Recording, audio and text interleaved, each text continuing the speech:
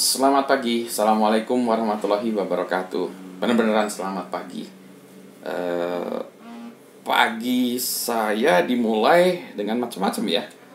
Biasanya sarapan dulu, biasanya sih sekedar buat roti, teh gitu. Tapi habis itu kopi. Ini dibuat sebelum mandi, jadi pakai topi supaya rada keren dikit ya. Kopi. Nah, ada beberapa topik yang sebetulnya ingin dibahas dalam video ini, tapi jadi campur aduk gitu ya. Jadi tadinya ingin bercerita tentang berbagai topik. Tapi ini lebih ke arah ke apa ya, behind the scene lah ya. Cerita di belakang layar. Pertama begini, kalau kita lihat, taruh mikir dulu sambil ini, terhenti sebentar. Jadi salah satu yang menarik dari buku-buku atau tulisan-tulisan di barat itu adalah menceritakan hal-hal di belakang layar dari apa yang terjadi, dari sebuah produk sudah dibuat, ceritanya gimana, dan lengkap dengan situ adalah cerita-cerita tentang kegagalannya. Kalau di Indonesia buku-buku, terutama buku bisnis ya, biasanya hanya menceritakan kesuksesan, tapi jarang menceritakan kegagalan seorang. Mungkin ini budaya kita juga ya, budaya Asia yang mana biasanya kegagalan itu dianggap sebuah aib sehingga tidak diceritakan. Padahal orang bisa banyak belajar dari kegagalannya. Contoh tadi kemarin saya membaca tentang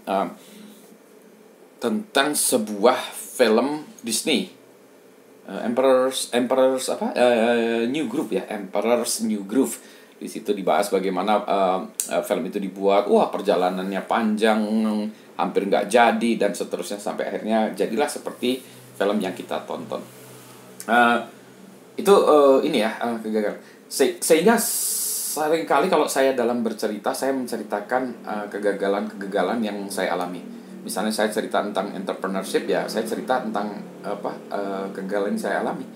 Jadilah sebabnya saya disebut serial entrepreneur, karena serial berseri-seri ya kegagalannya dalam membuat usaha.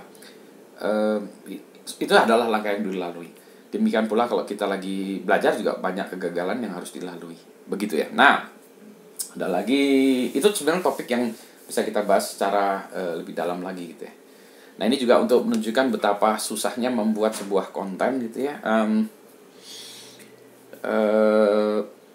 Saya berkeinginan buat konten yang bagus ya, tetapi pakem yang sementara ini saya ambil dan itu sudah saya buktikan di media sosial yang lainnya adalah kuantitas lebih penting daripada kualitas. Wah, kok gitu Pak? Iya, betul.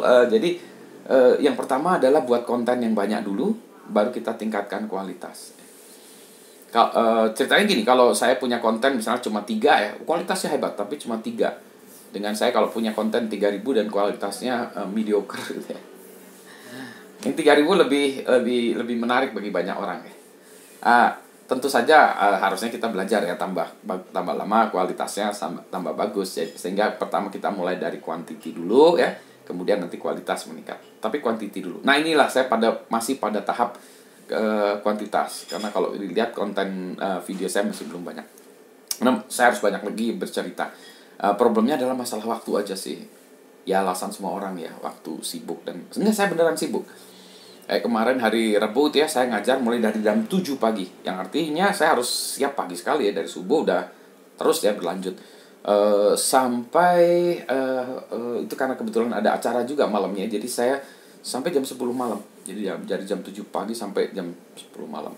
Tentunya ada jeda ya, break-break ya. Tapi acaranya tuh konstan terus. Itu menunjukkan betapa sibuknya, sehingga sulit bagi saya mencari waktu untuk membuat konten atau mengelolanya dengan bagus. Di kepala ini saya udah banyak, to-do list saya juga masih banyak lagi ya. Jadi terpaksa saya selipkan konten seperti ini. Nah, berikutnya lagi, Pak, ini kopinya Pak. Nanti kapan-kapan Pak buat konten tentang kopi ya. Saya suka kopi ya. Nanti kapan-kapan lah. Janji lagi kapan-kapan buat konten tentang kopi, industri kopi, macam-macam ya.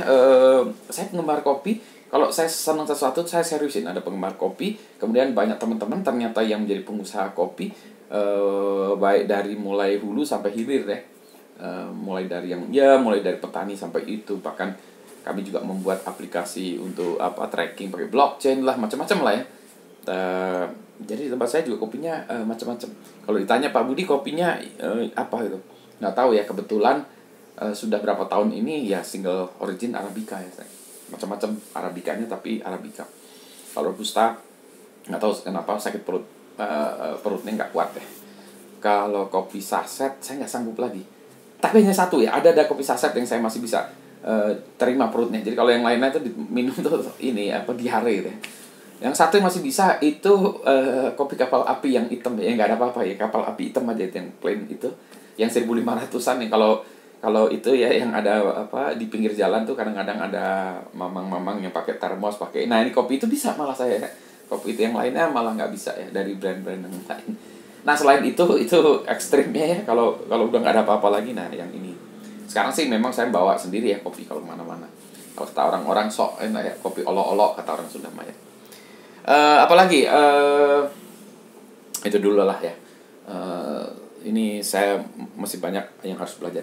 Ini hari Sabtu, biasanya hari Sabtu adalah waktu saya untuk belajar banyak hal yang harus dipelajari, sehingga weekdays itu saya apa yang saya pelajari dari weekend ini saya tuangkan. Cuma weekend ini kayaknya saya lagi banyak sibuk juga. Bahkan di malam ada meeting, besok ada meeting juga, bahkan siang juga ada gitu. Aduh, di minggu ini memang rada kacau balau. Demikianlah cerita atau kabar dari saya pagi ini. Saya mau menghabiskan kopi saya. Ini kopi yang pertama hari ini. Mudah-mudahan cuma 2 ya, tapi kemungkinan 3, tergantung kesibukannya. Nikmat ya.